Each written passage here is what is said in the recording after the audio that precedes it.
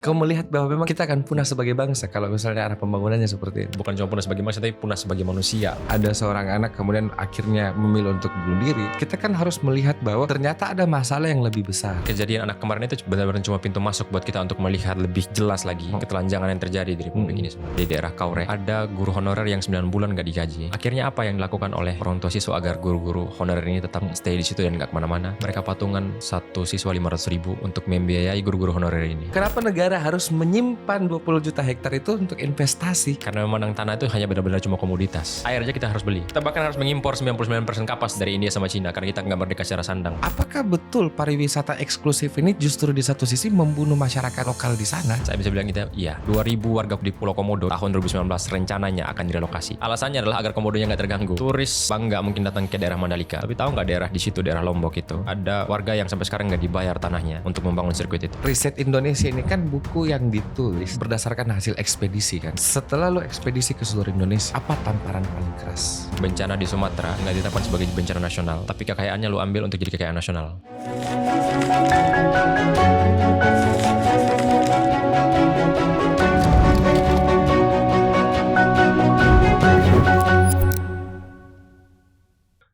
Bulan 11 dan bulan 12 2025 saya untuk pertama kali menginjakan kaki di NTT. Saya bulan 11 itu motoran di Flores dari Larantuka ke Labuan Bajo, dan bulan 12 itu saya motoran di Sumba. Dari Sumba Timur ke Sumba Barat. Alasan saya motoran itu karena saya melihat bahwa NTT ini adalah salah satu provinsi yang punya keindahan alam yang sangat luar biasa sebenarnya. Tapi ketika ternyata saya sampai di sana, banyak hal paradoks yang terjadi. Dan di awal tahun ini kita juga akhirnya disajikan pada sebuah peristiwa bahwa ada seorang anak kecil yang akhirnya harus mengakhiri hidupnya dengan pilihan yang sangat ekstrim karena kemiskinan ekstrim yang ada di NTT. NTT dengan keindahan alamnya dan PAD pariwisata yang sangat tinggi, ternyata masyarakatnya hidup dalam sebuah kemiskinan yang sangat ekstrim, dan tentu saja itu menjadi sebuah paradoks yang harus kita terima bersama. Saya mencari beberapa narasumber yang kiranya kompeten, tapi ternyata akhirnya saya diberikan kesempatan untuk menghadirkan salah satu penulis dari Riset Indonesia, Benaya Harobuh. Selamat datang di podcast Cerita Masyarakat. Terima kasih sudah diundang. Ben, kecemasan terbesar saya sebagai orang yang pernah menginjakan kaki di NTT itu paradoks yang seperti tadi, kan gitu. Saya pertama kali motoran dari Larantuka sampai ke Labuan Bajo. Saya melihat bahwa NTT ini luar biasa. Jujur saja, di antara semua daerah yang pernah saya datangi di Indonesia, NTT ini seharusnya menjadi daerah yang sampai saya menulis itu di Instagram, jangan mati kalau belum ke NTT. Saking bagusnya gitu. Hotel termewah juga ada di NTT kan gitu. Tapi ternyata paradoksnya masyarakatnya tidak menikmati itu. Apa sebenarnya yang terjadi di NTT? Sebenarnya ngomongin NTT kompleks sekali ya. Saya sebagai orang NTT sendiri pun datang dari satu pulau paling miskin di NTT, Pulau Sumba. Kabupaten saya Sumba Timur nomor 2 miskin, paling miskin di NTT. Nomor 2 ya? Nomor 2, nomor 1 Sumba Barat, paling miskin. Merasa belum menemukan jawaban pastinya. Kenapa kok kita sampai sini? Itu saya bertanya-tanya terus ketika saya datang berkuliah di Jawa, dan makin bertanya-tanya lagi kayak, kok bisa ya Jawa seperti ini dan kita masih di sana masih kayak gini-gini ya. Ke sekolah aja aksesnya masih sulit dan segala macam. Tapi makin ke sini setelah ekspedisi kemarin keliling Indonesia, ya setidaknya aku punya pengalaman 1 kali keliling dan bisa menceritakan ini ya. Yang terjadi di NTT sekarang itu sebenarnya kita benar-benar nggak dikasih peta untuk membangun. Lalu ketika ada pembangunan, warganya nggak diajak untuk membangun. Dari situlah lahirnya ketimpangan secara struktural. Warganya nggak diajak ya untuk membangun. Jadi kalian memang tidak pernah diberitahu apa-apa arah negara bangsa ini kemana gitu, pembangunannya mau apa di NTT? seperti yang Abang bilang tadi, PAD di NTT itu paling besar dari pariwisata. Heeh. Ketika teman-teman berlibur di daerah perairan Pulau Komodo naik kapal pinisi, tahukah teman-teman kalau misalkan ada warga yang pakai kapal lokal yang terusir karena turis banyak menggunakan kapal pinisi untuk berlibur. Warga lokalnya terusir. Warga lokal yang punya kapal open deck itu terusir karena tadi itu fasilitasnya nggak semewah di kapal pinisi. Tapi tahu nggak teman-teman, lebih aman berlibur menggunakan kapal open deck daripada kapal pinisi. Karena Kapal pinisi 3 hari 2 malam itu di tengah laut terus.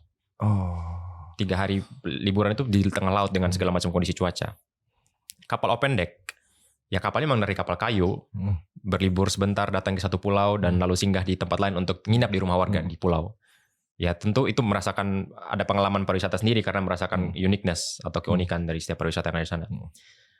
Jadi hal-hal semacam itu yang terjadi. Belum lagi masalah hotel-hotel berbintang di sekitar pesisir Labuan Bajo.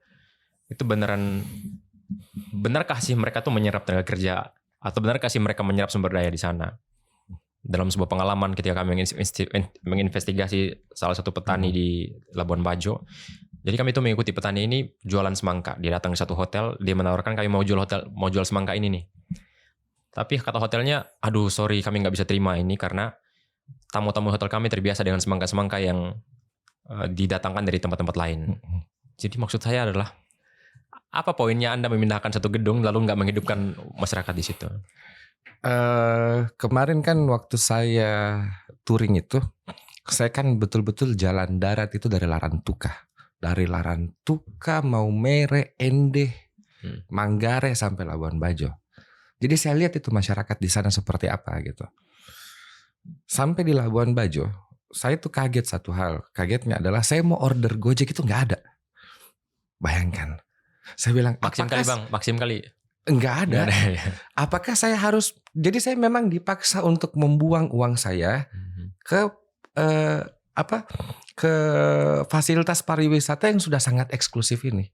Dan jujur ketika saya masuk ke Labuan Bajo di hotelnya Labuan Bajo yang ada cuma bule, kami aja yang turis lokal ini. Gitu. Dan itu kan jaraknya jauh dari pemukiman dan segala macam. Kita juga mau keluar untuk beli di UMKM. Jadi saya berpikir bahwa apakah betul pariwisata eksklusif ini justru di satu sisi membunuh masyarakat lokal di sana? Saya bisa bilang iya. Gitu ya. Saya bisa bilang iya, berani dan tanggung jawab saya bilang iya. Sorry bang, tapi bukan cuma abang yang belum pernah ke Taman Nasional Komodo. Orang NTT berapa banyak sih yang pernah lihat Komodo langsung? Hah? Serius? Trust me bang. Se-eksklusif itu? Tanya aja bang, orang NTT mana yang sanggup untuk datang liburan di perairan Pulau Komodo? Kalau memang dia bukan dari penghasilan menengah ke atas yang sanggup untuk ke sana. Saya kalau bukan ada penghasilan menengah ke atas di NTT kayaknya nggak ada. Saya kalau bukan ekspedisi kemarin nggak mungkin juga saya bisa lihat Komodo kemarin. Begitu ya.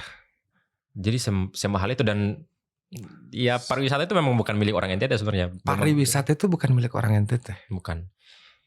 Saya itu saking kagumnya dengan landscape NTT ya. Saya sampai berkali-kali tulis itu jangan pernah mati kalau belum ke NTT. Sumpah itu landscape paling bagus yang pernah ada. Sumba. Contohnya misalnya Sumba. Sumba itu kan iklimnya semi kering ya. Hampir ke semi kering. Dia akan menawarkan satu landscape yang sangat unik dan mistis menurut saya. Makanya juga Sumba itu ada satu hotel termahal di Indonesia, Nihi ya. Kan gitu. Oke. Tapi kenapa Ben bilang bahwa Sumba itu 2 kabupaten termiskin? Bahkan Sumba Barat termiskin kedua Sumba Timur. Mungkin kita perlu cek ya PAD di Sumba untuk dari pariwisata itu berapa sih? Berapa banyak yang diambil dari pemerintah daerah? Kayaknya timpang banget dengan PAD yang di daerah Flores ya, secara pendapatan. Karena memang fasilitas infrastruktur pariwisata belum ada di sana dan memang jalan untuk menuju pariwisata belum dibangun ya. Tiket pesawat masih mahal dan lain-lain. Tapi yang pengen saya bilang, yang justru kita pertanyakan sekarang adalah pembangunan pariwisata semacam apa yang kita ingin bangun di daerah Sumba. Kalau misalkan kita berniat untuk membangun pariwisata yang baik di sana, kita tiru siapa? Pariwisata ala pemerintah sekarang meniru Bali. Nah, apakah Bali sekarang layak untuk diterapkan di daerah itu? Karena kan di era pemerintahan Jokowi dia punya program 10 Bali baru. Dia mencetak tempat-tempat lain agar sama seperti Bali. Tapi kita perlu cek lagi apakah Bali beneran cocok kita terapkan sebagai konsep pariwisata yang di daerah-daerah ini. Tragedi pandemi kemarin, kolaps pariwisatanya. Habis kan? Habis. Saya rekam ke sana, saya datang lihat. Untung ada kepala desa daerah Buleleng di daerah utara sana. Ketika warganya pulang kampung, karena mereka udah gak bisa hidup di kota, pariwisatanya mati, turis gak pernah datang, balik ke kampung. Yang kepala desanya lakukan adalah memberikan lahan gratis kepada warganya untuk bertani. Jadi mereka nanam mangga, mereka nanam segala macam agar mereka tetap bisa hidup. Jadi kembali ke sektor yang paling dasar, pertanian sekarang. Apakah memang masyarakat Sumba itu adatnya memang untuk pariwisata? Cara hidup kalian itu bagaimana sih? Menarik nih ya. Karena begini, jangan sampai memang program pariwisata itu bukan culture-nya masyarakat Sumba, gitu. Ya sebenarnya di mana-mana pun sebenarnya gaya hidup yang kita bawa itu bukan bagian dari kita mempertahankan keperturis sebenarnya kan. Betul. Di mana-mana di Flores dengan tarian caci atau di dimanapun itulah. Memang tujuannya bukan ke sana. Tapi kalau mereka merasa bahwa itu mendatangkan keuntungan bagi mereka, ya mereka dengan senang hati dan terbuka masyarakat adat ini untuk membuka peluang bahwa ya sudah, ini bagian dari turis memperkenalkan budaya kami kepada orang-orang luar, dan mereka dengan senang hati dan sangat terbuka untuk hal itu. Tapi lagi-lagi Bang, mereka nggak memiliki pariwisata di NTT. 2.000 warga di Pulau Komodo itu mau dipindahkan, direlokasi. Hah? Tahun 2019 rencananya akan direlokasi. 2.000, jadi Pulau Komodo mau dikosongkan? 2.000 populasi itu mau dipindah. Masyarakatnya mau direlokasi, mau diangkat semua, dipindahin semua. Alasannya adalah agar Komodonya nggak terganggu. Jadi bayangkan Abang, di pulau itu ada 2.000 orang yang sudah ratusan tahun hidup sama Komodo, yang punya cerita rakyat dan yang punya kedekatan dengan Komodo. Bahkan mereka menganggap Komodo itu sebagai saudara kandung, saudara kembar. Betul. Itu bagi mereka mungkin nggak masuk akal bagi pemerintah, tapi buat mereka itu masuk akal. Iya. Ada cerita anak yang digigit Komodo, putus tangannya, ini semua hilang. Saya punya gambarnya, nanti bisa diambil. Ini semua udah robek semua di sini. Tanya ke mamanya, mama dendam nggak sama Komodo? Enggak. Ya ini sudah bagian dari kehidupan kami. Beribu-ribu tahun. Terus mau dikasih pindah? Mau dipindahin sama Dipindahkan kemana katanya? Belum tahu, tapi intinya bukan di situ. Nggak tahu juga. Belum ada rencana, tapi mendengar perencanaan itu sebenarnya ribuan warga Komodo itu turun ke dermaga untuk melakukan demonstrasi. Setiap ada datang pemerintah NTT datang ngusir. Yang bikin gila itu Gubernur NTT Victor Escodat waktu itu bilang bahwa di pulau itu nggak ada human right, yang ada animal right. Statementnya Gubernur NTT Victor Escodat. Animal rights. Okay. Saya nggak ngerti animal rights dari konvensi apa, saya nggak ngerti. Nah, saya mau tanya satu hal. Pernah nggak Menteri Pariwisata datang ke sana? Waktu itu siapa ya? Sandiaga Uno waktu itu. Menteri Pariwisata yang sekarang. Yang sekarang siapa sih yang sekarangnya? Aku udah nggak ikutin. Siapa? Oh, dia sempat ramai kemarin ya. Saya pikir kalau dengan cetakan-cetakan yang sama seperti sebelumnya nggak akan ada bedanya juga. Hanya berganti orang tapi sistem dan korupnya masih sama, dan memandang pariwisata itu sebagai memang cuma ladang doang, nggak akan ada perubahan yang. Maksud saya kan gini, apalah. Oke lah, kalau misalnya bahwa pemerintah memang mau mendesain NTT sebagai salah satu daerah dengan PAD pariwisata kan gitu, nggak ada masalah. Yang penting kebijakannya itu betul-betul ketahuan gambaran ujungnya, bahwa ujungnya itu ke masyarakat gitu. Berapa baginya ke masyarakat dan segala macam. Tapi kalau PAD tinggi, UMKM hancur, masih ada anak kecil yang tidak bisa beli peralatan tulis gitu, sampai anak kecil punya pilihan ekstrim bahwa ya hidup cuman saya mempercepat kematian atau memperlambat kematian saja, karena mungkin dilihat di sekitarnya juga tidak ada harapan gitu. Kita mungkin akan masuk ke sektor selanjutnya, pendidikan Bang.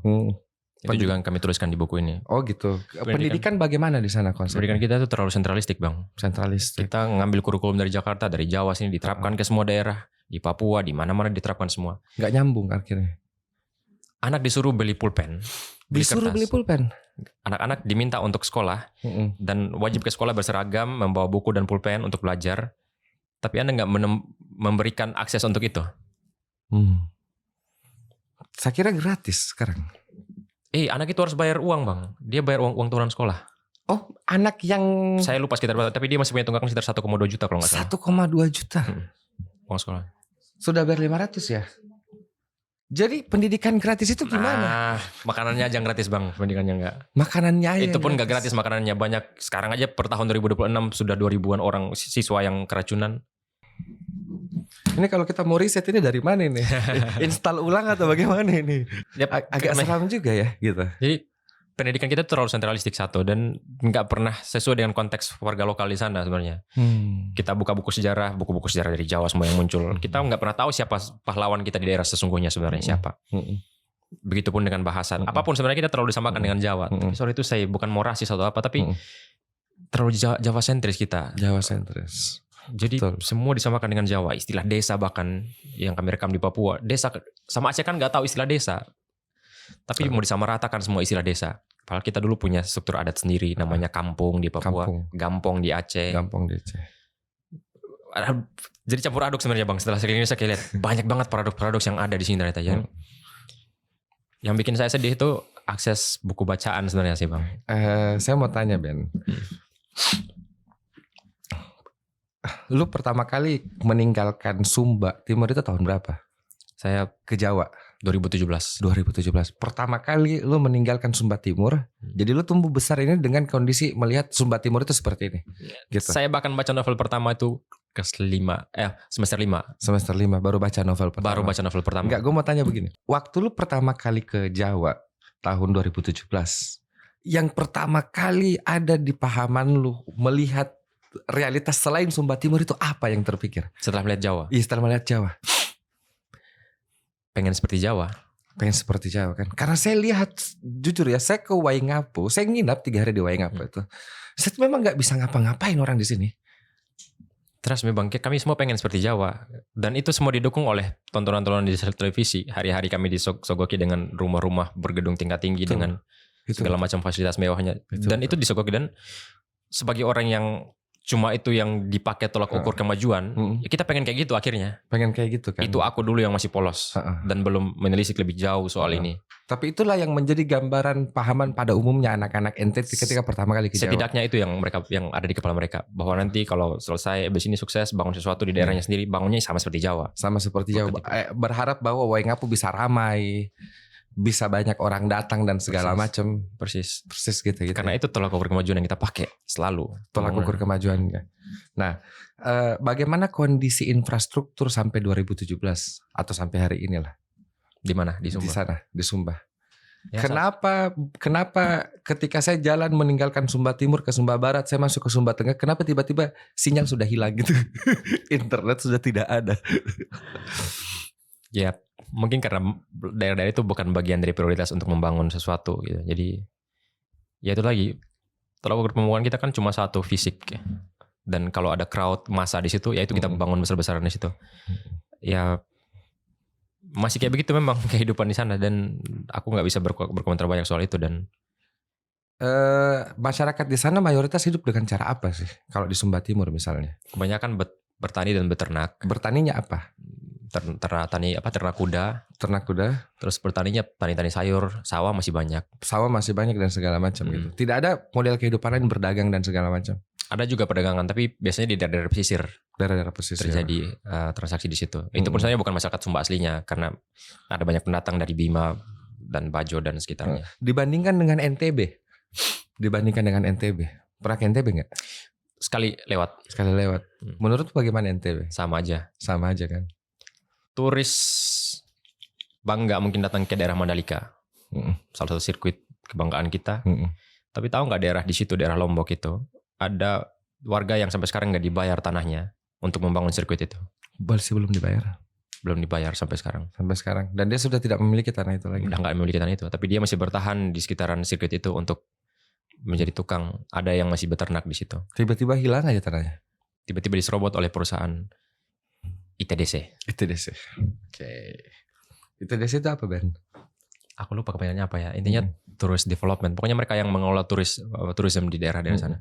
International tourist. Aku lupa. Development. Ya. Nah, ada nggak bansos masuk? Di daerah mana? Di NTT. Bansos pasti ada. Bansos pasti ada. Bansosnya dalam bentuk apa? Yang lu rasain dulu sebagai warga NTT? Aku kebetulan nggak nerima bansos Bang, tapi kayaknya sama dengan apa yang teman-teman di Jawa terima sebenarnya. Masyarakat kelas bawah terima sebenarnya. Menengah ke bawah. Kalau bantuan pendidikan? Sebenarnya ada seperti dana BOS kan sebenarnya. Dana BOS itu. Tapi mari kita nyoba menyeberang ke Papua sebenarnya. Dana BOS itu dipakai harusnya untuk membiayai guru-guru honorer ya. Betul. Salah satu alokasinya untuk tenaga pengajar seperti guru honorer. Tapi di daerah yang kami datangi, di daerah Kaureh, di distrik itu, ada guru honorer yang 9 bulan gak digaji. Dan yang ngajar di situ benar-benar cuma guru honorer. ASN ikut kepala sekolahnya ke kota dan jarang sekali aktif untuk mengajar. ASN-nya ke kota. Ikut kepala sekolahnya.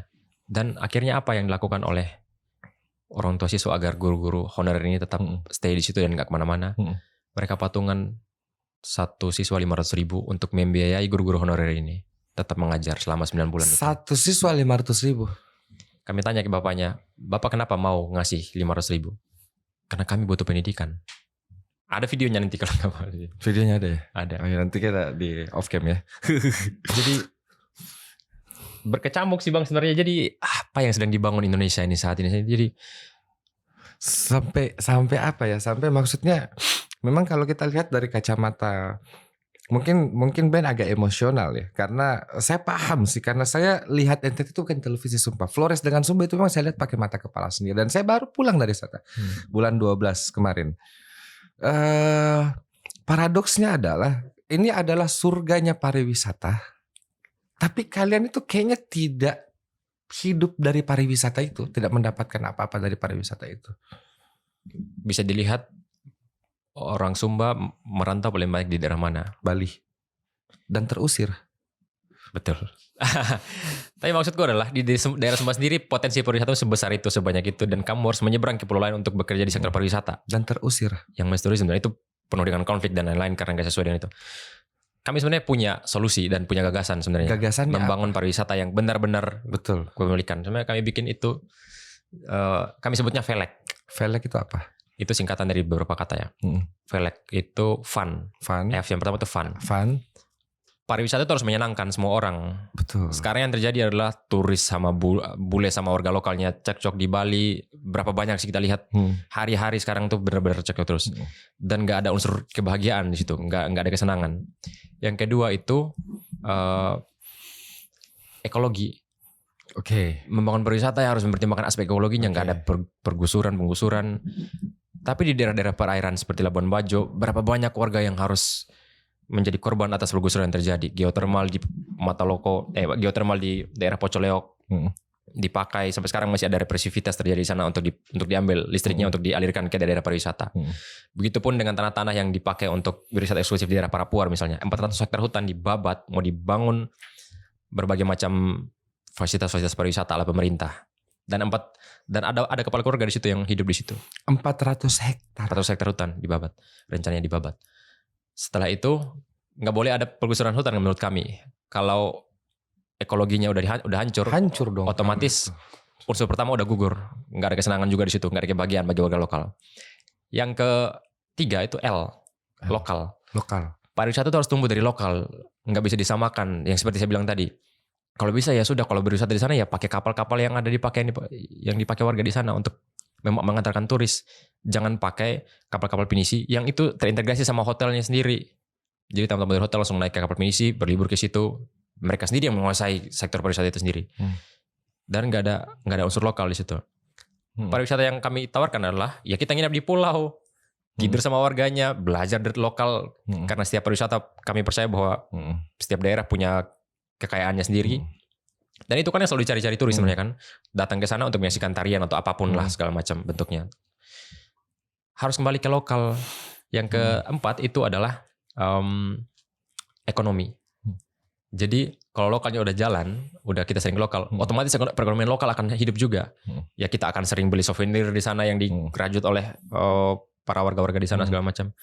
Yang terakhir itu harus berbudaya, culture harus berbudaya. Jadi 5 inilah yang kami tawarkan kalau membangun pariwisata yang adil.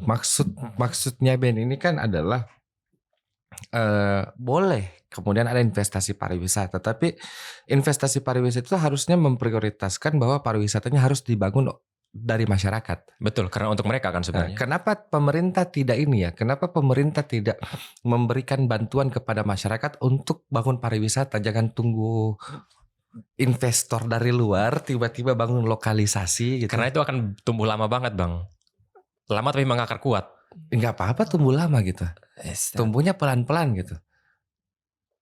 Saya juga bertanya seperti itu, Bang. Wahai, kenapa pemerintah? Karena apa gunanya Kementerian Pariwisata coba kan gitu.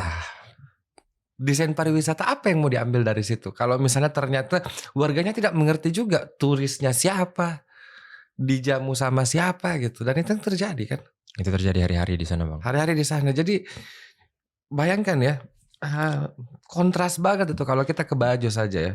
Jangankan Bajo deh, Nihi. Satu hotel dengan salah satu hospitality terbaik di Indonesia, termahal bahkan. Satu malam berapa? Nih, Minimal 20 juta kalau nggak salah. enggak, 35 bos. Serius minimal? Udah naik lagi harganya ya? Naik lagi. 2 malam itu bisa 100-an itu. Oke. Nih.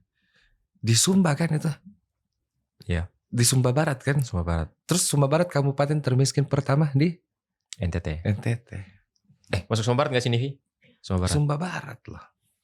Di kabupaten termiskin ada hotel termahal gitu.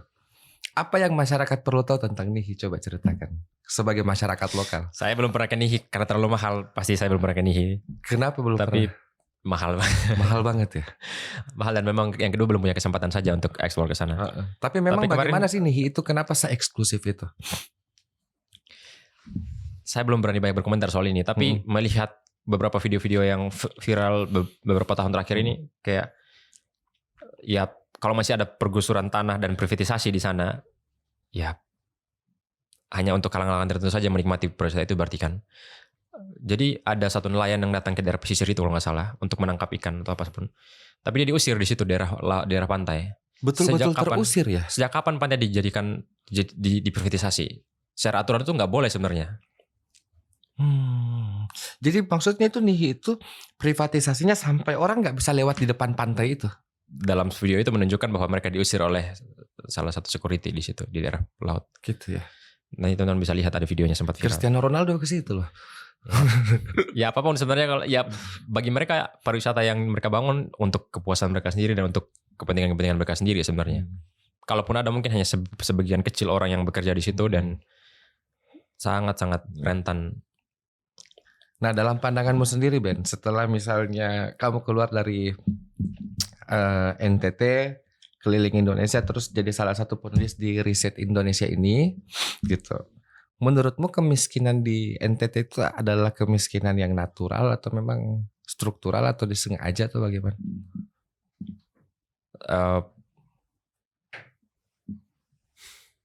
Ini agak sedikit ini ya. Menurut saya apa yang kita hari ini sebenarnya karena kita nggak dikasih petanya sebenarnya. Karena apa yang kita mau bangun sebenarnya di NTT. Sektor apa yang paling kita paling tonjolkan di daerah NTT? Menurutmu apa yang paling ideal untuk ditonjolkan di sana? Sebagai anak NTT. Apa yang warga di situ lakukan, hari-hari mereka lakukan, itu aja. Itu aja yang diperkuat ya. Sektor pertanian, sektor peternakan, kenapa itu enggak itu? Sektor kelautan, 2/3 wilayah kita daerah laut loh. Ya. Kenapa bukan itu yang kita perkuat? Maksudku adalah ya pariwisata boleh, tapi kita nggak boleh naruh jangkar sebenarnya di pariwisata dong kalau bisa. Kalau bisa kita diversifikasi. Oke. Kami belajar di daerah Pulau Papagarang itu, petaninya, mereka bekerja sebagai nelayan, tapi kalau malamnya mereka terima tamu di situ. Dan kalaupun ada apa-apa dengan pariwisatanya, mereka bisa hidup 2 kaki di situ. Tapi intinya adalah bahwa saya coba ceritakan generalnya Bang. Dalam sebuah risetnya Bappenas, tahun 2063, petani akan punah. Apa gimana? Bappenas meramalkan 2000. tahun 2063 petani akan punah. Petani akan punah. Indonesia nggak lagi memiliki petani Karena berbagai alasan. Ada gentrifikasi, ada lahan-lahan pertanian yang dijadikan proyek besar seperti tambang batu andesit di Wadas, jalanan tol dan segala macam. Atau misalkan karena nikel, nanti kita cerita juga soal nikel. Macam-macam lah. Tapi intinya ada berbagai macam tekanan dan diversitas yang dialami oleh para petani. Lalu pikiran kita bahwa petani selalu miskin, itu yang masih mengganggu kita, yang membuat kita nggak jadi petani hari ini. Hari ini anak-anak muda ditanya sekarang mau jadi petani, enggak. Bahkan bapaknya sendiri yang petani nggak menyarankan anaknya jadi petani. Coba. Citra pekerjaannya ya. Betul. Dan itu memang kejadian. Nelayan sekarang adalah profesi paling miskin. Dia bahkan lebih miskin daripada buruh pengangkut sampah. Kemiskinannya itu pada persoalan memang dia tidak bisa hidup sama sekali dari hasil nelayan. Betul. Dibeli murah memang. Abang merasa nggak beli seafood mahal? Iya, saya malah justru tertarik untuk invest di ini loh, karena sadar-sadar begini, kenapa saya nggak invest di ini ya, di invest di masalah perikanan dan segala macam ya. Karena seafood di Jakarta gila, mahal banget. Persis, nggak ada pengelolaan yang benar. Sama seperti masalahnya di pertanian, nggak ada pengelolaan yang benar. Semua dihabisi di rantai Tapi distribusi. nelayan di NTT itu miskin. Termasuk semua nelayan Indonesia termasuk miskin. Astaga. Nggak ada rantai distribusi yang terlalu panjang, berbelit. Mereka dibeli murah, tapi melalui rantai distribusi yang sangat panjang dan sampai di piring kita dengan harga yang sangat mahal. Fantasi mahalnya. Betul. Mereka dari nol beneran cuma sementara itu mereka terimanya. Gila. Nggak ada pengelolaan yang jelas segala macam. Belum lagi nelayan itu salah satu yang kami pernah filmkan dalam film Angin Timur. Pernah difilmkan? Ada dalam film Angin Timur. Kalau soal pertanian kami bikin dalam film Silatani. Soal kelautan kami bikin dalam film Angin Timur. Kami menjabarkan masalah-masalah pertanian yang udah mulai hancur. Lautnya dihancurkan, ditumpang pitu misalnya, dihabisi gara-gara tambang emas. Sedimentasi terjadi di situ, merusak terumbu karang sebagai rumah ikan. Dan mereka harus mencari jauh lebih ke laut untuk mencari ikan. Sementara BBM makin hari makin tinggi, mahal. makin mahal. Dan mereka harus mencari lebih jauh lagi. Dan mereka mengeluarkan uang lebih banyak lagi untuk itu. Itu yang bikin mereka miskin. Dan tiba-tiba dibeli dengan harga yang sangat murah. Persis. Sekarang di dua sektor ini anak muda udah nggak mau tinggal di sini. Mereka cuma punya pilihan kedua, dua pilihan lagi. Kerja di sektor industri. Ini angin segar banget di NTT Bang, kerja di sektor industri. Industri apa yang lagi berkembang di sana? Di tempatku di Sumba Timur lagi dibangun tambak udang 2.000 hektar. Betul. Tahu saya itu tambak udang 2.000 hektar dan kira-kira menyerap sekitar 8.000 tenaga kerja. Betul, itu betul. Berapa lama ini akan bertahan? Tergantung investornya. Kalau investornya udah merasa beli murah juga, angkat kaki. Abang pernah fokus ya masalah tambak udang nggak? Pernah sedikit lah. Di beberapa pengalaman kami merekam tambak udang di Karimun Jawa gitu.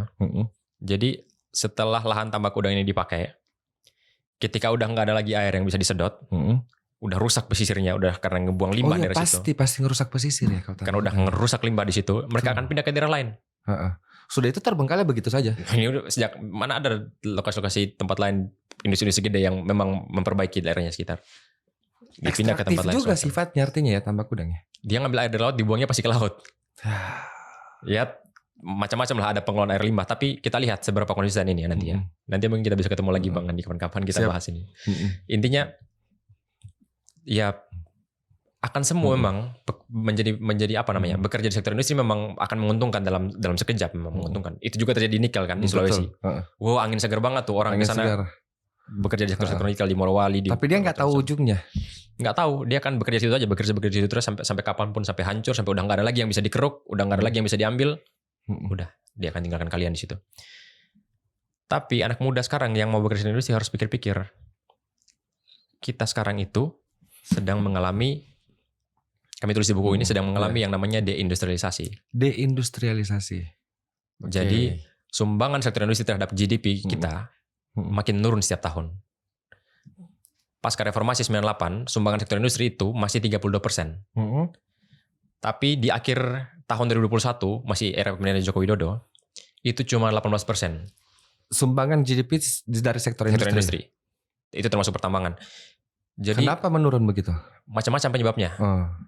Manusia udah digantikan sama robot dan AI sekarang. Oke. Terus? Belum lagi masalah dengan berebut dengan tenaga kerja asing dan lain-lain. Itu juga kejadian saya rasa di Sulawesi.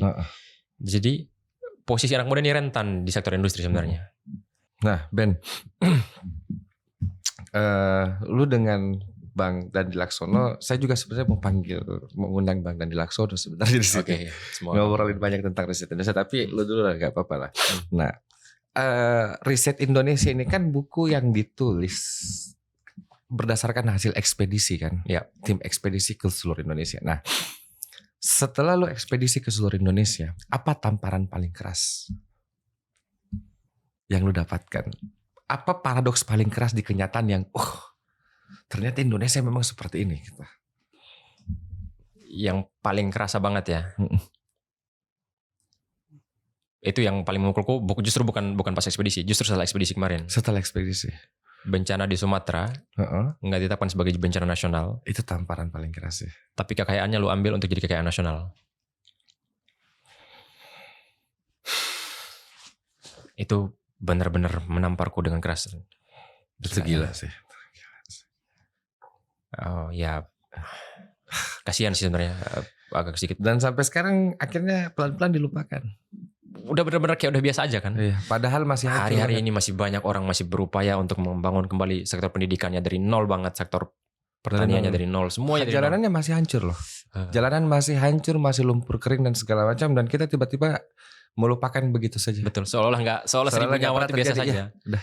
Dan makin ya itu kita normalisasi. Yang nggak heran lagi, tragedi 135 orang Kanjuruhan kemarin juga dianggap biasa saja. Nah, maksudnya begini, setelah berkeliling seluruh Indonesia dan kemudian menulis apa fenomena-fenomena yang terjadi, kenapa kalian akhirnya memilih kata riset, bukan kata memperbaiki atau mereformasi Indonesia gitu? Kenapa harus dengan kata riset? Riset ini kan selalu diartikan sebagai kita restart ulang lah gitu. Sebenarnya pun kemarin ini judul awalnya bukan riset, tapi restart. Restart Kita Indonesia. memulai ulang dari nol Indonesia kan sebenarnya. Dari nolnya itu titiknya bagaimana? Memulai ulang, kita ganti orangnya sebenarnya, restart. Kita ganti orangnya, ganti segala macam ganti. Tapi kita lihat bahwa kerusakan ini bukan kerusakan karena orang, tapi kerusakan sistemik. Sistemik memang kan. Terlalu banyak virus, dan itu kita pilih. Sama seperti komputer misalnya. Satu komputer ini kalau kita cuma restart doang, dia cuma mulai ulang doang nih, cuma loading. Jadi seperti itu. Tapi virus-virusnya menempel di situ. Tapi kalau kita reset, kita kembali ke format awal, komputernya dari nol, dihapusin semuanya segala macam. Beneran menyiapkan Indonesia dari nol banget nih, arah pembangunan, pemerintahan dan lain-lain. Itulah kenapa. Apa hal yang harus kita riset dari buku ini? Kami tulis beberapa di situ sebenarnya, tapi yang paling dasar banget itu dari 7 gagasan yang kami tawarkan untuk mulai Indonesia yang baru itu kayak gimana sih? Yang pertama itu reforma agraria. Reforma agraria. Nah ini menarik nih, berkaitan tadi dengan semua apa yang kita bicarakan. Nah, yang kalian maksud dengan reforma agraria itu apa? Bagaimana sebenarnya penafsiran dari pasal 33 ayat 3 itu? Ini kan akar perdebatannya di situ. Ya. Negara menganggap, kami lah dikuasai oleh negara untuk kesejahteraan, dikuasai oleh negara dengan untuk seluas-luasnya kesejahteraan rakyat. Tapi rakyat bilang mana kami sejahtera dengan penguasaan negara gitu. Bagaimana sebenarnya yang kalian inginkan di riset seperti apa? Karena sekarang kepemilikan tanah kan salah satu yang paling timpang di Indonesia. Betul. Kami selalu bilang berkali-kali menurut salah satu survei dari SPI, Serikat Petani Indonesia, itu risetnya dia menuliskan bahwa 1% orang itu menguasai 58% tanah. Tunggu, 1% orang. Indonesia. 1% orang menguasai 58% tanah. Berarti 58% tanah kita hanya dikuasai 1% orang. 1% orang. Itu datang dari perusahaan-perusahaan besar yang ya menguasai jutaan hektar hutan. Saya pernah dengar itu ya, statementnya Menteri Kehutanan gitu. Saya agak tersedak juga. Statementnya Menteri Kehutanan itu begini. Oke, ada kita siapkan 20 juta hektar tanah lagi untuk dibuka dan dikembangkan. Saya bilang begini, tanah kita masih banyak banget nih. Masih ada 20 juta hektar nih nganggur nih. Kenapa 20 juta hektar itu tidak dibagi-bagi saja untuk orang tinggali gitu? Kenapa negara harus menyimpan 20 juta hektar itu untuk investasi? Padahal kebutuhan kita ini kebutuhan dasar, kita mau tinggal dan punya tanah gitu. Iya benar. 20 juta hektar itu kan dibagi 1 hektar, 1 kepala keluarga udah lebih dari cukup. Sangat lebih dari cukup untuk memberikan kekayaan pada semua orang Indonesia. 1 hektar itu gila besar banget itu 1 hektar. Persis, Bang. Dan kita punya 20 juta hektar nganggur. Kita nggak tahu bahwa ternyata masih ada tanah sebanyak itu di Indonesia.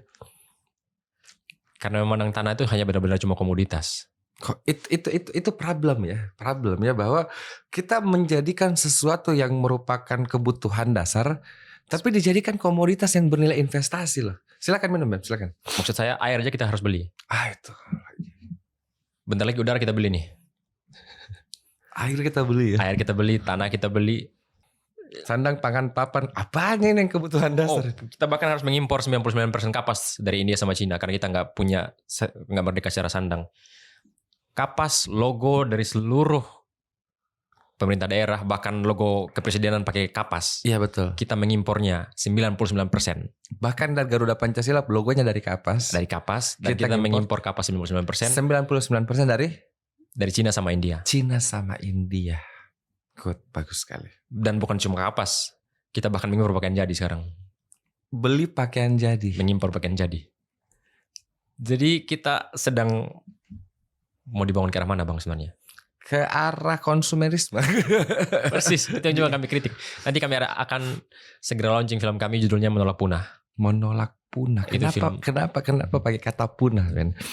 Kau melihat bahwa memang kita akan punah sebagai bangsa kalau misalnya arah pembangunannya seperti ini. bukan cuma punah sebagai bangsa, tapi punah sebagai manusia, Punah person. sebagai manusia, Terutama orang-orang yang konsumerismenya tinggi ya. konsumerismenya tinggi. Kami di film itu nanti kami ceritakan bagaimana pakaian yang kita pakai ini udah kita impor dari luar dengan serat yang nggak berbahan dasar kapas, serat sintetis dan polyester segala macam, yang juga menyumbang pada kesehatan manusia, yang menyumbang buruk pada kesehatan manusia seperti mikroplastik dan lain-lain, yang juga akan cepat membunuh tanah karena dia nggak bisa terurai di tanah. Itu yang mempercepat kepunahan manusia hari-hari ini. Ya teman-teman di Ekoton misalnya kemarin sudah meramalkan, sudah meneliti bahwa udara di Jakarta itu sudah mengandung mikroplastik. Air hujan di Jakarta sudah mengandung mikroplastik. Emang sinting. Jangankan itu ya, kita kalau misalnya turun dari pesawat itu mau ke Jakarta, kita kan bisa lihat itu antara lapisan atmosfer dengan ada lapisan hitam yang menggantung menutupi udara yang kita bisa sebut itu ini polusi. Betul. Ini polusi. Jadi ini akan mempercepat kepunahan kita dengan membiarkan semuanya terjadi. Nah, menolak punah ini adalah mengumpulkan orang-orang yang masih punya concern terhadap penolakan-penolakan tadi itu. Kayak kami nggak menolak punah. Jadi pakaian-pakaian yang tadinya kalian buang di tempat sampah kami kumpulkan deh. Kami akan jual kembali, akan dipakaikan lagi ke tempat lain. Atau bahkan ada orang-orang di daerah Nusa Tenggara, NTT misalnya, yang mengumpulkan pewarna-pewarna alami, bukan pewarna-pewarna kimia yang mencemari sungai dan lain-lain, mengumpulkan pewarna-pewarna alami, dicelup dalam benang dan segala macam, dipakai untuk tenun dan lain-lain. Atau seperti orang-orang yang mendaur ulang pakaian-pakaiannya tadi, pakaian-pakaian yang dibuang dari denim digantikan, dibikin jadi lebih bagus mungkin. Justru solusi-solusi itu datang dari mereka justru Bang. Kayaknya kita perbincangannya kemana-mana ya tadi ya. Nggak apa-apa. Memang karena kita kan ingin kalau misalnya ternyata bahwa fenomena kemiskinan yang kemudian baru tercapture satu yang menyebabkan ada seorang anak kemudian akhirnya memilih untuk bunuh diri, kita kan harus melihat bahwa ternyata ada masalah yang lebih besar. Benar. Bahwa itu bukan pilihan yang alami pasti. Dia cuma itu kejadian anak kemarin itu benar-benar cuma pintu masuk buat kita untuk melihat lebih jelas lagi ketelanjangan yang terjadi di Republik ini sebenarnya. Dan saya sebagai orang yang kemudian pernah jalan darat dari 2 pulau itu benar-benar tahu kondisinya masyarakatnya seperti apa gitu, bahwa ini tidak pantas menjadi masyarakat yang punya hotel termahal dan pariwisata terbaik di Indonesia. Tidak pantas masyarakatnya seperti ini gitu loh. Betul. Tidak pantas. Apa ya, kayak merasa sedih saja gitu. Kayak merasa sedih. Omong kosong aja lah kalau misalnya kita melihat bahwa Menteri Pariwisata misalnya, ya kerjanya apa Menteri Pariwisata? Bagaimana pariwisatanya mereka? Pariwisatanya NTT ini betul-betul uangnya untuk rakyat atau cuma untuk pejabat-pejabatnya saja? Bayangkan ya, ketika di Bupati Ngada kemudian statement, ternyata Bupati Ngada punya kekayaan 7, berapa M itu. Dia bupati yang punya kekayaan 7, berapa M gitu. Di mana ada satu rakyatnya yang bunuh diri itu. Itu kemarin saya nangis di Medan soal itu. Saya nggak tahan. Saya kasih semangat kawan-kawan di Medan kayak ya kita di luar Jawa ini benar harus struggling, benar-benar struggling dengan cara kita sendiri. Betul. Beneran. Makanya di buku ini beneran kami coba ngasih petanya sebenarnya satu-satu.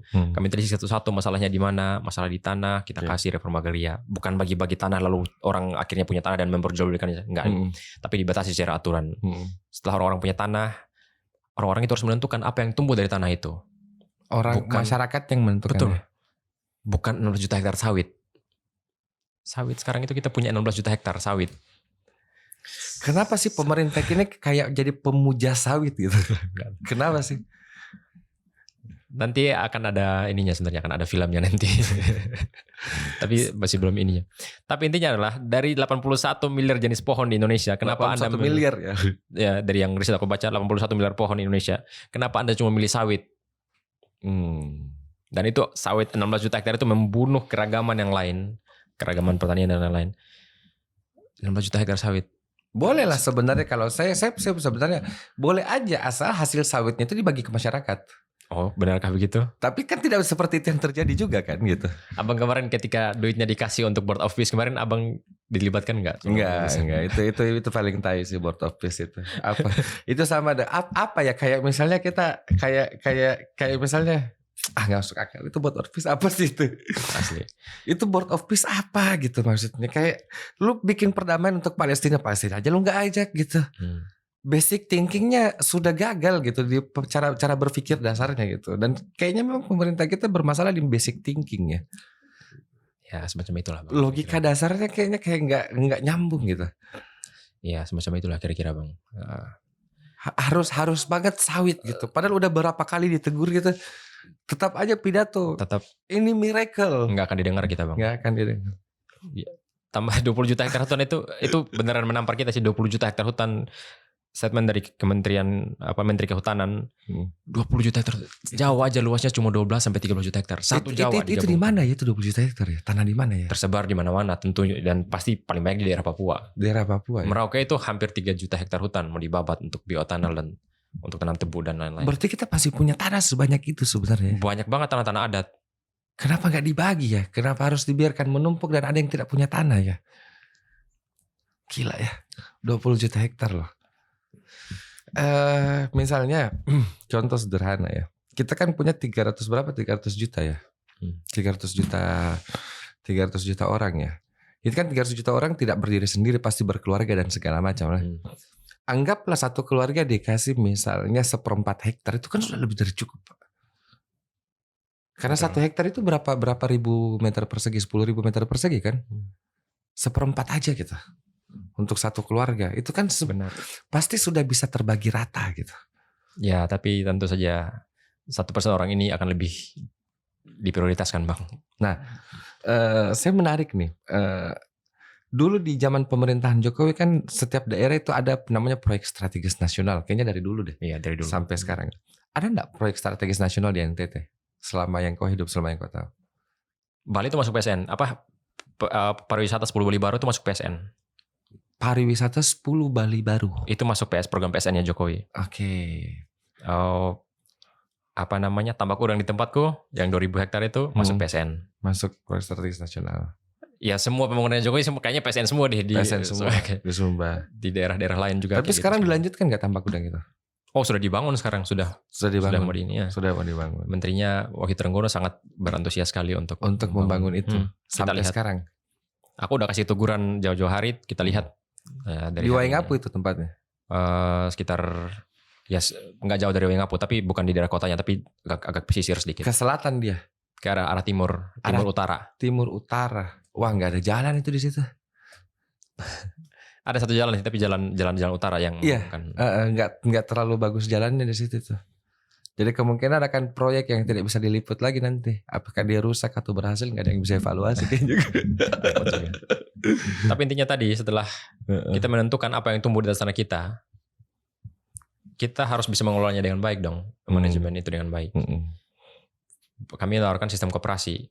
Kenapa koperasi masih jadi hal yang baik hari ini? Di buku ini sistemnya koperasi. Kami nulis buku ini pakai koperasi. Iya, saya lihat juga bahwa ternyata kalian memilih badan usahanya dengan koperasi. Kenapa harus koperasi, Ben?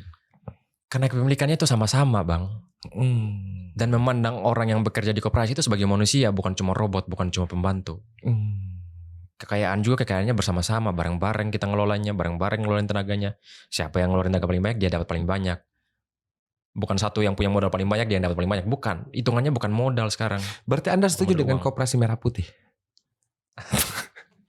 Akan ada. Saya sangat tidak setuju dengan koperasi. Gini. Maksudnya gini. Ini kan akan dijadikan tameng ketika kita mengkritik bahwa koperasi itu adalah sistem ekonomi yang tumbuh dari bawah secara kolektif, kolegial, bla bla segala macam gitu. Pemerintah kan bilang, saya kan punya program koperasi merah putih. Tapi apakah Anda membiarkan koperasi itu tumbuh kolektif dari bawah atau Anda memberikan dana dari atas? Dana dari atas pasti. Nah, itu bukan koperasi namanya. Itu cuma beneran rentenir berkedok koperasi beneran. Itu yang harus masyarakat pahami. Gimana bisa orang menyedot dana dari atas, lalu setelah dananya dipakai ketika nggak bisa ngembaliin gimana?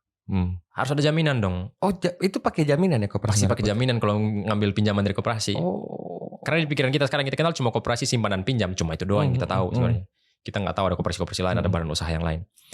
Tapi intinya adalah bahwa sesuatu yang dikasih jaminannya, sesuatu yang tumbuh dari atas nggak akan bertahan lama. Koperasi itu yang kuat harus mengakar dari bawah. Aku cerita sedikit pengalaman nih, Bang. Di daerah Kalimantan Barat, daerah Sintang, Kabupaten Sintang, ada koperasi. Itu dulu tahun 90-an orang-orang tuh berkumpul, beberapa orang saja berkumpul untuk simpan pinjam. Karena mereka nggak mau tanahnya dijadiin lahannya dirampas oleh perusahaan sawit. Oke. Akhirnya mereka berkoperasi simpan pinjam awalnya. Setelah keuangannya dapat dan surplus, mereka bangun hotel. Hah? Udah Koperasi punya hotel asetnya? Iya, punya hotel. Oh ya? Terus Orang yang bekerja di hotel itu adalah anggota-anggota koperasi. Oh. Setelah surplus hotelnya dapat masukan dan lain-lain, semua pengurus berkumpul untuk membangun sekolah. Tunggu. Saya mau tanya ini. Gimana sih sebenarnya cara mengelola koperasi itu? Sebentar, setelah ini, Bang. Setelah bangun sekolah, SMP, SMA, dan perguruan tinggi, mereka akhirnya bikin template atau tempat-tempat anak ini nanti ketika lulus bekerja di mana. Mereka sediakan ada supermarket untuk menjual berbagai macam produk pertanian. Berapa asetnya koperasi itu sekarang? Sekitar 1,3 triliun. Gila. Akhirnya mereka bangun itu. Dan itu dinikmati masyarakat di sana? Iya, semua mereka punya. Maka mereka ada yang punya lahan sawit dikelola secara koperasi. Sawit nggak salah, tapi pengelolaan yang benar. Betul. Jadi berdampak benar pada masyarakatnya. Betul. Mereka bangun sekolah, setelah bangun sekolah, mereka akhirnya bikin tujuan yang mulia. Mereka beli hutan 60 hektar. Beli hutan 60 hektar. Jadi sebelum ramai sekarang orang mau beli hutan, mereka udah beli hutan dulu 60 hektar. 60 hektar. Mau diapakan hutannya? Nggak diapa-apain. Nggak diapa-apain. Udah biarin aja untuk produksi oksigen dan segala macam. Buat konservasi, kita tahu di Jawa seperti owa, tapi mereka sebutnya kelempiau di sana. 60 hektar itu mereka beli. Dan bahkan sekarang mereka punya mesin ATM sendiri. Apa nama koperasinya ATM sendiri tuh? Koperasi Keling Kumang. Keling Kumang. Anggotanya sekitar 210.000 orang. Gila ya. Tunggu Ben, gimana sih sebenarnya konsep koperasi itu gitu? Koperasi ya memang dari awal kita kenal ya simpan pinjam sebenarnya. Tapi iya maksud saya kalau misalnya saya mau membentuk koperasi dari bawah itu apa yang membedakan koperasi dengan finance pada umumnya atau perusahaan pada umumnya gitu? Oke, ini menarik nih. Pertama, aku coba ceritakan pengalaman ketika gabung di koperasi ini ya. Aku ketika gabung di koperasi ini nggak punya modal duit. Aku akhirnya bertemu dengan orang yang punya modal duit. Mas Daniel Laksono, Pak Farid Gaban punya modal duit untuk keliling Indonesia. Aku sama Mas Yusuf Primbodo gak punya modal duit. Tapi apa modal kita? Ditanya modal kalian apa? Kami punya skill untuk bikin film, bisa ngedit video, bisa nulis. Dan kami punya waktu. Oke. Waktu itu yang gak bisa diukur sama bank atau apapun itu. Itu betul. Mengolaborasi itu menjadi sebuah modal awal. Itu yang bikin kami tetap bertahan sampai hari ini. Oke. Jadi kita bikin produknya sama-sama, bikin produk film, kita distribusikan filmnya, bikin berbayar sama seperti bioskop dan lain-lain. Kita bikin ke situ dan akhirnya narik semua pemasukannya koperasi. Yang ya koperasi kami tumbuh dengan cara seperti itu. Begitupun dengan koperasi-koperasi lain. Mereka mungkin berkumpul, ada yang mungkin gak punya uang. Mungkin dia aku cuma punya tenaga sebagai buruh. Tapi apakah aku bisa jadi anggota koperasi? Iya, itu tetap bisa jadi anggota koperasi dan lain-lain. Intinya adalah bahwa ini apa ya? Demokrasi sebenarnya sih. Kepemilikan bersama kan? Kepemilikan bersama. Dan gotong royong itu sih intinya sebenarnya koperasi yang kalau memang beneran koperasi ya. Beneran koperasi. Kalian dapat bantuan dana dari pemerintah kan? Nggak ada dana. Aku aja bilang tadi aku nggak punya uang sama sekali datang untuk tulis buku ini nggak punya. Jadi koperasi kalian ini koperasi yang tidak dibantu sama pemerintah? Nggak ada bantuan sama sekali. Terus Kementerian Koperasi bantu koperasi siapa dong? Aduh, bagus pertanyaannya. Terus koperasi siapa? Kalau ternyata koperasi kalian yang punya bisa meriset, punya gagasan untuk meneliti demi kebaikan Indonesia, terus ada koperasi di Sintang yang bisa beli hutan 60 hektar sampai bangun hotel dan bikin sistem ekonomi yang lebih baik gitu. Terus ini koperasi Merah Putih ini koperasi apa dong? I have no idea. I have no idea. Saya juga gak punya idea. Biarkan penonton kita berkomentar di kolom komentar idenya dari mana dan diberikan kepada siapa. Tapi yang gitu. aku tautkan ini nanti akan jadi ajang untuk 2029. Itu pasti. Itu ya, pasti. Kasihan banget rakyat Indonesia kalau pasti, gitu. Pasti itu pasti. Makanya kan mereka tidak sadar bahwa setiap klaimnya pemerintah bahwa mereka sudah melakukan itu akan menjadi campaign politik yang paling efektif nantinya kan. Koperasi Merah Putih benar-benar merusak. Ya sama dengan dapur MBG.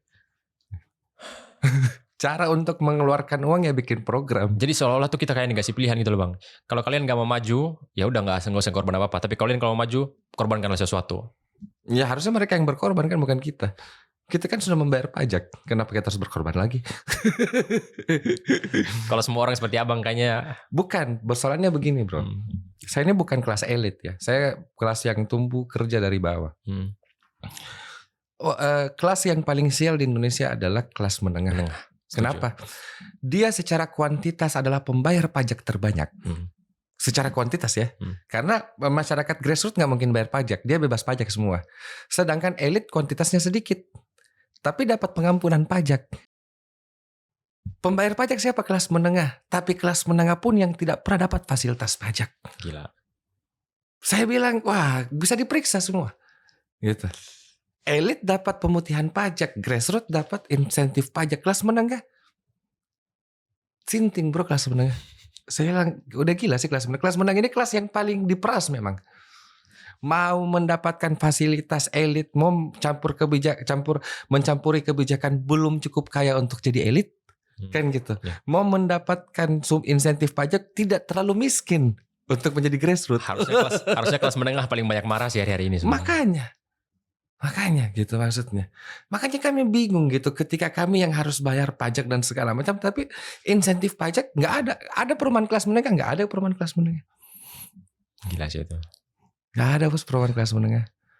Sedangkan yang mau diampuni pajaknya nggak ada, pengampunan pajak kelas menengah nggak ada. Ya, betul. Nggak ada. Aneh ya, harusnya orang kaya jauh lebih memberikan. Harusnya. Tapi cara berpikir kita kan seperti itu gitu. Makanya ketika dikatakan bahwa seperti yang dikatakan Panji kan, bahwa di Mensreya dia bilang bahwa masalah kelas menengah adalah rumah, bukan sebenarnya. Itu salah satu efek. Masalah kelas menengah itu adalah masalah pembayar pajak yang tidak mendapatkan fasilitas pajak. Betul. Paradoks sekali kan. Makanya setengah mati untuk menjadi kelas menengah di Indonesia gitu. Setengah mati sekali. Nah, riset Indonesia ini goalsnya apa? Sebenarnya Bang, aku kan jurnalis sama teman-teman ini. Betul. Sebagai jurnalis dari awal banget kami liputan itu nggak pernah terpikirkan untuk ngasih solusi sebenarnya. Nggak pernah terpikirkan untuk ngasih solusi. Dan memang bukan tanggung jawab kami sebagai jurnalis untuk ngasih solusi. Jurnalis itu beneran menjaga pilar keempat demokrasi. Meliput saja. Benar, pers mengkritik. Ada sesuatu kebijakan yang salah dikritik biar benar kebijakannya. Betul. Dah tugasnya sampai situ. Betul. Tapi ketika kita datang ke pedalaman meliput, ada orang bilang bahwa tolong kami agar kebijakannya jangan sampai merusak tanah kami atau apapun itu. Jadi ada semacam kayak beban sendiri di kami Bang. Berempat ini kami keliling. Gila. Sudah 3 kali keliling Indonesia. Kalau akumulasi dari keempat mulai sini, 3 kali keliling Indonesia, 3 kali juga berturut-turut menemukan permintaan yang sama. Tolong jangan sampai ini dirusak. Sebagai orang dan terlepas dari profesi apapun, sebagai manusia yang punya empati dengan sesama satu sama lain, mau nggak mau harus ngasih solusi Bang. Setelah melihat berbagai macam perspektif, kayaknya solusi ini datangnya dari mana aja nih kita lihatnya. Dan solusi yang kami tawarkan di buku ini memang nggak jauh-jauh. Koperasi Kelingkumang yang kami contohkan di Kalimantan, atau di NTT ada koperasi juga satu yang besar, pintu air misalnya. Ya solusinya dari mereka gitu. Makanya konsep-konsep koperasi yang kami tawarkan tadi. Gitu Bang. Nah, aku tadi mau lanjut lagi sebenarnya tadi setelah koperasi Universal Basic Income. Universal Basic Income. Apa itu konsepnya? Kita itu sebagai rakyat Indonesia berpikir nggak sih sebenarnya kalau setelah dengan segala macam kekayaan yang kita punya ini, setelah punya tanah, setelah menentukan apa yang baik tumbuh di atas tanah kita dan pengelolaan secara koperasi ini atau apapun itu nanti bentuknya, bisa nggak sih memberikan insentif kepada masyarakatnya sendiri, minimal untuk kebutuhan dasar aja dulu. Hari-hari ini kan generasiku mengalami fenomena yang namanya sandwich generation. Sandwich generation, oke. Dia harus membiayai orang tuanya, membiayai adik-adiknya, membiayai dirinya sendiri. Untuk hal-hal dasar doang. Makan dan lain-lain. Kita pernah bermimpi gak sih kita itu dibiayai sama negara? Ya harusnya bisa lah. Bisa kan harusnya. Dengan segala macam kekayaan yang kita punya kan. Betul. Dengan 20 juta hektar hutan yang penting itu. Bisa kan. Betul. Kita dibiayai oleh negara.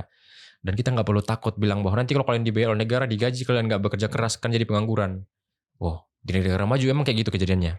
Justru dengan setelah kebutuhan dasarnya dicukupi, dia akan lebih kreatif untuk mencari hal-hal lain, akan membuka peluang-peluang yang lebih lain lagi karena masalah dasarnya udah diselesain tadi. Betul. Itu yang kami sebut dengan universal basic income atau jaminan untuk rakyat. Setelah itu, reformasi pendidikan. Ini menarik nih. Konsep pendidikan seperti apa yang paling ideal? Saya nggak bicara ideal secara garis besar ya. Menurut kalian yang tim riset Indonesia, kita harus merubah pendidikan ini dari titik apa? Kita harus bergerak merubahnya. Saya nggak bicara untuk konsep ideal dulu gitu. Kita sudah berkali-kali mendiskusikan itu. Ketika saya mau merubah, memperbaiki pendidikan, saya harus mulai dari mana? Menurut tim riset Indonesia. Kami coba mengumpulkan beberapa pengalaman termasuk bacaan maupun pengalaman empiris ya. Dari bacaan kita tahu, aku pernah sama tim diskusi sama soal novel cerita soal Toto Chan. Pasca Perang Dunia Kedua itu siswa-siswanya ada siswa yang nakal banget di kelas. Dia saking nakalnya dicap anak nakal, bodoh dan lain-lain. Tapi akhirnya dia masuk ke satu sekolah. Aku lupa nama sekolahnya apa. Tapi sekolah itu dari gerbong kereta bekas. Nggak ada seragam. Nggak ada seragam, nggak ada apapun itu. Dan anak itu akhirnya bisa bertumbuh dengan baik di situ, menemukan jati dirinya, nggak dipaksa mengikuti satu aturan kayak gitu. Yang terjadi di Indonesia sekarang gitu. Kita diwajibkan untuk datang ke sekolah, ke dalam gedung, punya seragam dan lain-lain. Tapi ada nggak cerita lain bahwa yang di dunia nyata yang sama seperti Toto Chan? Ada di daerah Lombok. Kami ketemu dengan Bu Jumilah namanya. Bu Jumilah. Dia itu lulusan SD, bahkan gak lulus sekolah dasar kalau nggak salah. Dia merekrut anak-anak itu untuk datang ke sekolahnya. Sekolahnya di mana? Di sawah. Hah? Beneran belajar langsung ke sawah, bukan di gedung-gedung. Belajar bahwa ini salah satu unsur hara tanah kita segala macam. Beneran dari nol banget, basic banget. Dan itu pengetahuan-pengetahuan dasar itu yang akhirnya yang dibutuhkan kita hari ini sebenarnya. Pendidikan yang kontekstual dengan daerahnya sendiri. Itu yang paling dibutuhkan. Daerah Sumatera setelah bencana kemarin yang dibutuhkan apa? Pangan tetap. Back lagi ke sana semua backbone-nya. Orang-orang yang tinggal di daerah pesisir, biarkan saja mereka belajar soal laut kayak gitu. Pendidikan yang kontekstual, beneran kontekstual. Nggak dipaksa ngikutin aturan dari pusat. Harus nilai segini untuk bisa lulus, harus kayak gini untuk bisa lulus. Macam-macam persyaratan. Jadi menurut kami reformasi pendidikan itu bisa mulai dari sana. Apa yang sesuai dengan daerahnya sendiri. Belajar daerahnya sendiri. Berarti gagasannya adalah menciptakan orang terdidik, yaitu orang yang mengerti realitasnya. Persis. Karena ujung-ujungnya orang sekolah bekerja di mana? Di tanah mereka sendiri. Orang di Sumba bisa sekolah pariwisata, bisa menciptakan sekolah pariwisata yang terbuka banget untuk semua orang, sehingga mereka nanti siap banget untuk menciptakan pariwisata yang sesuai dengan daerah mereka sendiri. Enggak nunggu tenaga kerja dari luar untuk menjadi sektor pariwisata. Berarti problem dasar kita kenapa tidak ada ide dari anak-anak NTT, karena anak-anak NTT tidak dididik untuk mengerti NTT itu sendiri. Persis. Jadi selamanya kita akan bergantung dari ide dari luar. Persis. Orang pintar dari luar. Benar, dan itu kejadian. Pulau Komodo sekarang siapa yang punya konsesinya? Perairan Pulau Komodo. 2.000 warga mau diusir, yang datang ke sana anaknya Setia Novanto yang mau ngambil konsesi di situ. Dan siapa semua orang-orang Jakarta. Siapa dia? Aku lupa nama persisnya siapa. Iya, tapi siapa dia mau ambil itu konsesi di situ? Siapa dia? Anaknya Setia Novanto ini siapa dia? Bentang-bentang bapaknya Setia Novanto gitu. Dan itu kejadian di mana-mana. Jadi itu tadi yang kami maksud, reformasi pendidikan itu dari situ pendidikan. Nah setelah reformasi pendidikannya jalan, kita sudah di mana tadi ya? Universal Basic Income, reformasi pendidikan, apalagi? Yang kelima itu. Yang kelima. Federasi. Oke. Nah ini menarik nih. Yang kita mau federalkan itu sebenarnya apakah kekuasaannya? Karena begini, diskusi tentang federal itu akan selalu menjadi hal yang diharamkan. Jujur saja. Kenapa diharamkan? Oleh orang-orang yang menganggap bahwa negara kesatuan itu adalah sebuah harga mati. Gitu. Padahal yang kita harapkan ini bukan membongkar negara kesatuan, tapi membalik cara berpikir khususnya masalah fiskal. Kan gitu. Ini kan kita tidak pernah melihat ada daerah yang menentukan uangnya sendiri gitu. Ya. Menurutmu bagaimana? Ya, coba saya tanya abang dengan pertanyaan sederhana. Apa tindakan abang, misalkan abang pemerintah nih, apa tindakan abang ketika Aceh sudah mulai angkat bendera merdeka kemarin? Harusnya datang ke sana dialog. Tanya maunya sebenarnya apa? Dan apa tindakan abang melihat bendera di Papua merdeka? Saya sebenarnya yang paling saya lakukan itu pada Aceh itu adalah minta maaf pertama kali. Adakah permintaan maaf itu? Gak ada, itu yang saya kecewakan. Saya ketika banjir di Sumatera dan segala macam, harusnya yang keluar dari mulutnya pemerintah itu adalah maaf dulu. Betul. Tapi itu yang sampai detik ini gak pernah ada. Persis. Kita aja pemerintah kita nggak sudah terlepas dengan realitas hari ini. Tapi terlepas dari permintaan maaf itu yang penting itu Bang. Maksud saya adalah tawaran apa lagi yang paling jalan tengah untuk kita hari ini kalau bukan federalisme. Betul. Untuk federasi. Saya sepakat itu. 2 tempat dari ujung barat sampai ujung timur sudah ngangkat bendera untuk merdeka. Federasi, nggak usah takut pecah. Kan memang nggak pecah kok. Ketakutan orang kan sekarang kan yang terlalu nasionalis ini ya bilang, jangan nanti kita pecah, kita nanti menyeberang harus pakai password. Nggak kayak gitu juga. Amerika, US itu United States. Dan apakah mereka nggak nasionalis? Nasionalis. United States itu we are America, segala macam federal bentuknya. Atau Malaysia tetangga jiran. Federal gitu. Kita aja yang terlalu terlalu kayak mensakralkan apa ya? Persis. Ini bukan kitab suci kok, bukan ayat-ayat suci ini. Di buku ini kami coba untuk bilang bahwa federasi itu jangan dulu takut ngomongin. Orang berani aja ngomongin soal. Ada ide aja dulu ngomongin federasi. Dan itu bukan ide yang baru, ide yang udah lama. Tan Malaka ketika nulis Narada Republik, udah nulisin ngomongin soal bentuk negara di pulau-pulau itu ya federasi. Federasi. Itu betul. Usaha-usahanya dibangun lewat koperasi. Betul. Itu ditulis sama Tan Malaka dulu di awal buku pertamanya. Betul. Jadi maksudku adalah ini bukan hal baru. Kalau kita dalam kesatuan selama berapa tahun kita merdeka ini, kalau nggak berhasil mengentaskan kemiskinan dan nggak berhasil mengubah apapun, kenapa kita nggak mencoba format baru federasi gitu? Minimal nggak usah langsung teplak-teplak, nggak usah. Pelajari aja dulu satu-satu daerahnya kalau federasi gimana sih, di daerahku sendiri kayak gimana. Ya nggak mau karena kayak Singapura kayaknya lebih kecil dari Pulau Sumba, tapi kok bisa dari negara maju ya? Betul, bisa minum air keran langsung dari kerannya langsung. Ada yang akan mati. Karena kenapa tidak mau federasi? Kalau saya sederhana. Kalau kita menjadi negara federal, kita tidak lagi, kalau kita sudah menjadi negara federal, kita tidak lagi menentukan presiden hanya dari memenangkan 3 daerah. Persis. Tapi nantilah kita diskusi panjang lebar untuk itu ya. Tapi kalian kalau mau tahu lebih lengkapnya baca di sini saja bagaimana tanda federasi itu. Nah, 2 yang terakhir. Ada 7. Tadi apa sih tadi? Sampai federasi. Reformasi, reforma agraria, biodiversity, koperasi, UBI. Apa tadi yang terakhir nih ya? Yang ke-6 soal reformasi pendidikan. Ini yang ke-6 tadi yang federasi. Yang ke-7 terakhir. Menantang partai nasional. Partai lokal. Bagaimana konsep partai lokal dalam riset Indonesia?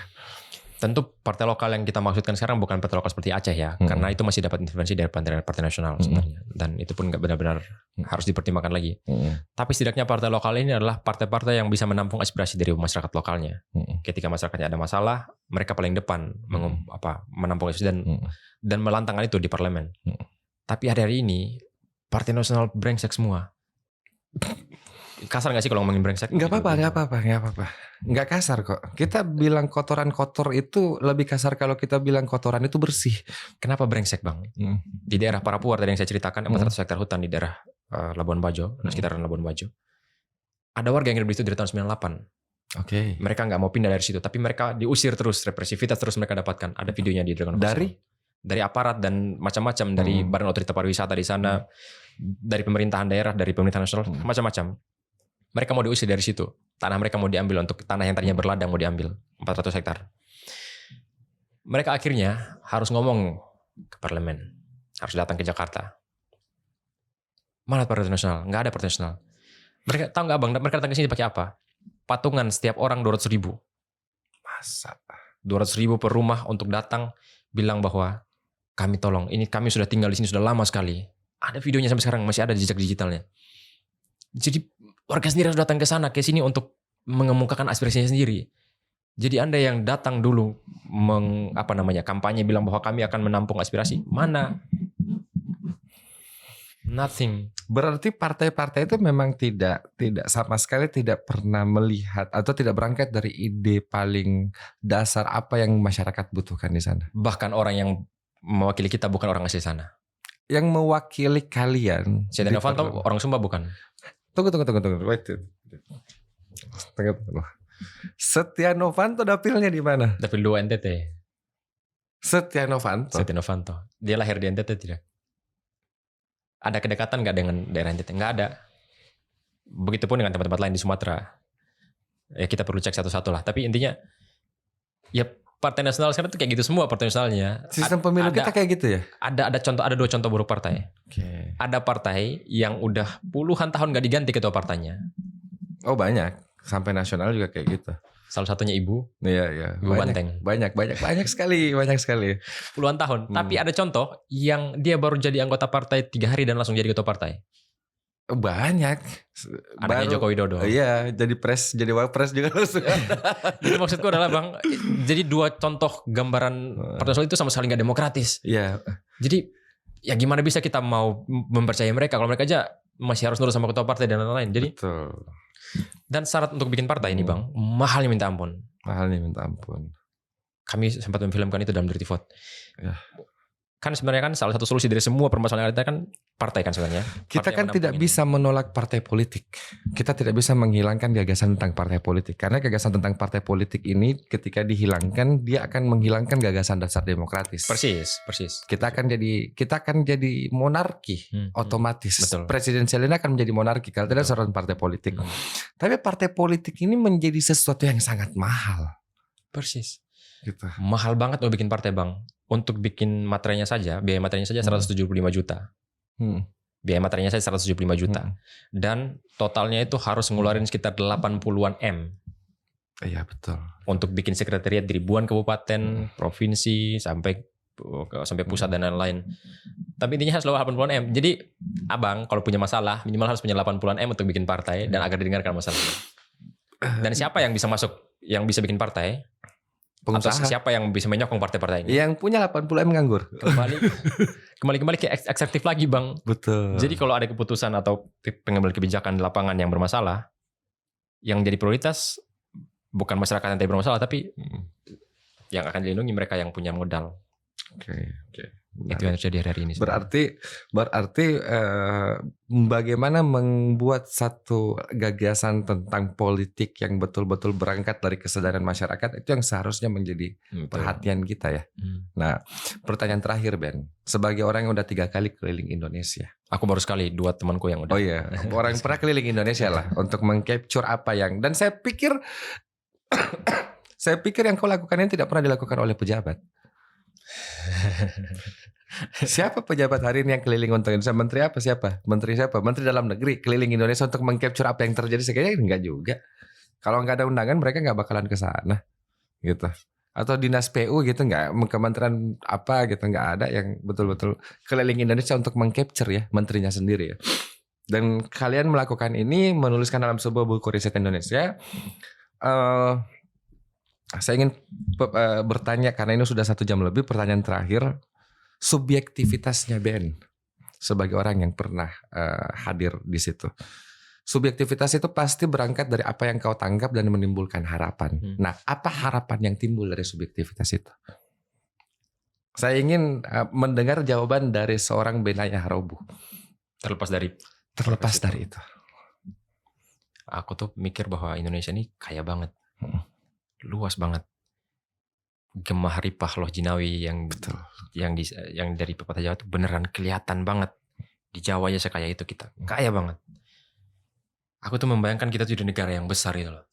Besar dalam artian kita bahkan bisa sharing rumah untuk siapapun sebenarnya. Kalau kita beneran ngurusin diri kita sendiri dengan baik gitu ya. Kita bisa membantu banyak orang, membantu banyak manusia bahkan. Tapi kayaknya belum sampai ke sana, kita harus ngurusin diri kita sendiri, itu repot banget. Jadi menjadi bangsa yang besar itu potensial sebenarnya. Banget. Tapi kita tidak pernah punya pemerintah yang betul-betul berpihak pada itu. Hanya menguntungkan 1% orang tadi itu bang. Ya, oke. Ben, terima kasih banyak. Sampai ketemu di kecemasan selanjutnya.